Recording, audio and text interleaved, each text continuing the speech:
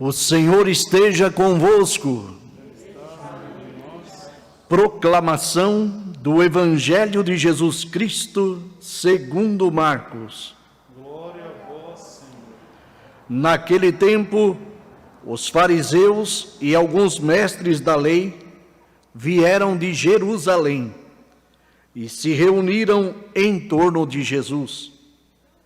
Eles viam que alguns dos seus discípulos comiam o pão com as mãos impuras, isto é, sem as terem lavado. Com efeito, os fariseus e todos os judeus só comem depois de lavar bem as mãos, seguindo a tradição recebida dos antigos. Ao voltar da praça, eles não comem sem tomar banho e seguem muitos outros costumes que receberam por tradição.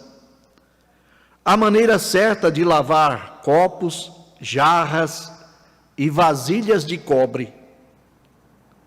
Os fariseus e os mestres da lei perguntaram então a Jesus: por que os teus discípulos não seguem a tradição dos antigos, mas comem o pão sem lavar as mãos?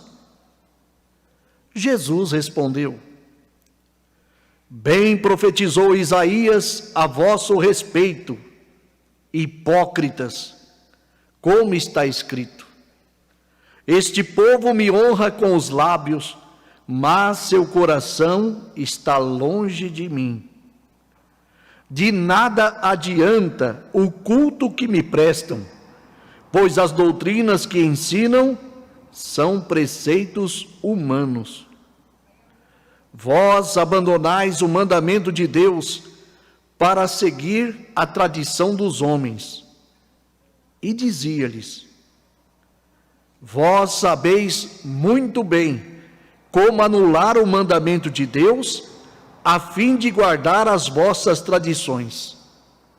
Com efeito, Moisés ordenou: honra teu pai e tua mãe. E ainda, quem amaldiçoa o pai ou a mãe deve morrer.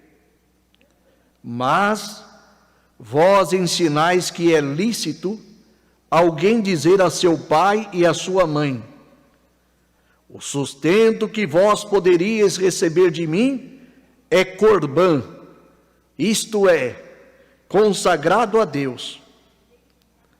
E essa pessoa fica dispensada de ajudar seu pai ou sua mãe.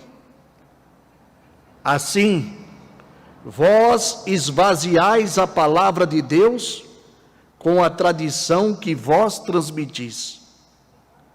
E vós fazeis muitas outras coisas como estas.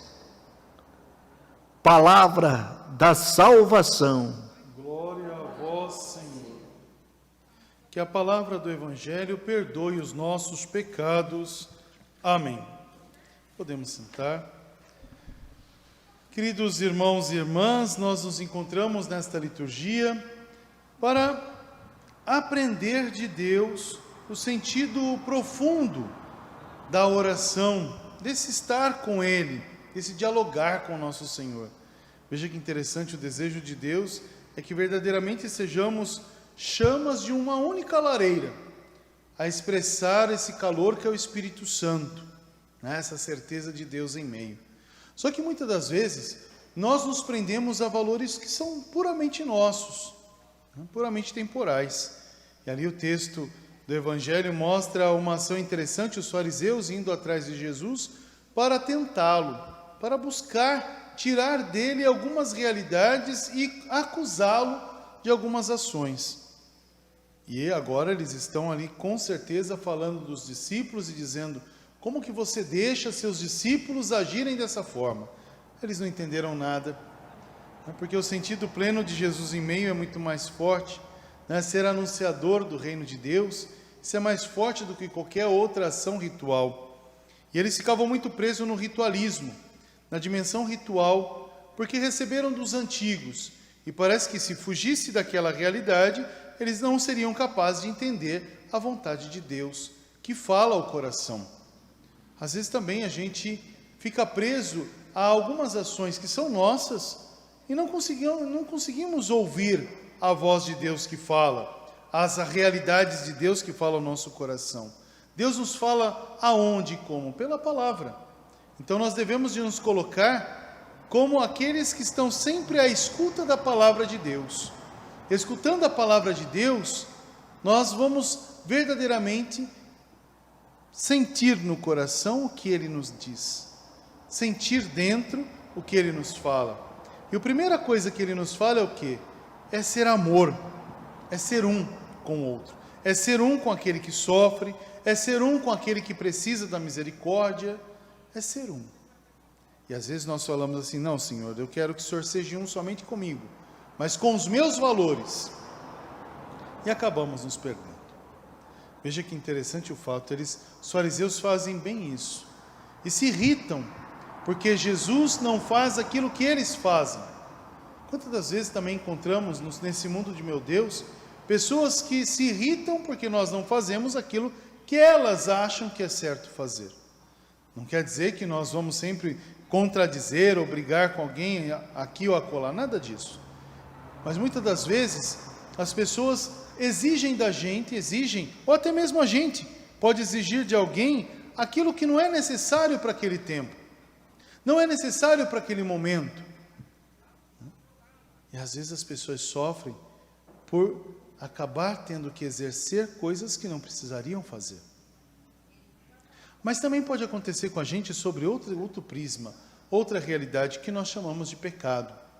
Nós podemos cair num perigo grande de se afastar do projeto e do amor misericordioso do Pai, para viver os nossos valores temporais. Veja que interessante. Às vezes, nós podemos dizer, eu pequei sobre determinada ação, mas eu pequei porque eu sabia que era pecado e eu fiz. Então, você fazendo isso, você está se afastando do plano de Deus. Quantas das vezes também podemos cair no perigo, falo podemos porque eu também, podemos cair no perigo de dizer, isso aqui eu sei que é pecado, mas é gostoso fazer. Isso aqui eu sei que é pecado, mas todo mundo faz. Quase que para dizer como se fosse uma norma, uma regra de vida. Se todo mundo faz, logo estou isento de acusações, posso fazer também. Não, é pecado, não pode fazer. Mas acabamos fazendo. Quantas atitudes temos que nos afastam desse projeto misericordioso do Pai, que é a unidade, que é o amor pleno, que é o ser um com o outro, provocar essa alegria desse amor que contagia e que faz nova todas as coisas. E nós vamos nos afastando, porque tudo é igual, porque tudo pode fazer, porque eu sei que é pecado, mas é pecado venial, imagina, Deus perdoa. Não, calma, vai agindo dessa maneira que você vai se afastando da vontade de Deus. Depois, quais são as consequências? A falta de oração. Qual é a consequência? O desânimo missionário. Qual é a consequência? A preguiça da missa. Qual é a consequência? Eu estou bem do jeito que eu estou. São consequências, E a gente fala assim, rezo diretamente para Deus, Deus sabe de tudo. E a gente vai se afastando da religião, a gente vai se desgostando, e depois que tudo isso se torna o auge, temos que culpar alguém. Mas já repararam que dificilmente o ser humano se culpa? Dificilmente o ser humano fala, olha, eu estou nessa vida, nessa pindaíba, porque a culpa é minha. Dificilmente você encontra alguém que fale isso. A gente sempre vai dizer, eu estou na pindaíba, mas a culpa é da igreja, a culpa é de ciclano, a culpa é de beltrano, a culpa é do governo. A gente começa a culpar todo mundo de culpas que são nossas, que nós vamos criando dentro da gente e vamos nos afastando, nos desgostando. Isso é a morte. Falava no domingo que a maior doença da humanidade, não é a doença física, não é a doença espiritual, é a ausência de Deus. Quando a gente coloca na nossa vida a ausência de Deus, nós criamos uma doença pior do que todas as outras doenças e dificilmente tem cura, porque essa doença nos leva à morte, porque ela é alimentada por um bichinho chamado Satanás, e ele vai nos destruindo passo a passo, nos mostrando uma falsa fortaleza e nos tirando do centro, do foco, do mistério, da graça de Deus em nós. Aí por isso que a primeira leitura falava da criação, o que o Senhor quer também fazer comigo e fazer também com você. Ele quer fazer uma nova criação. O que nos fere, o que nos coloca como dimensão de pecado, o que nos faz afastar desse amor misericordioso de Deus. Aí sim, reconhecendo as realidades tristes e difíceis que chamamos de pecado, aí buscar o sacramento da reconciliação. Nós estamos às portas do tempo quaresmal, meus irmãos. Como é importante a gente já começar a pensar nos exercícios da quaresma. Como é importante a gente olhar o foco, Jesus, o centro de toda a nossa vida, e caminhar com Ele.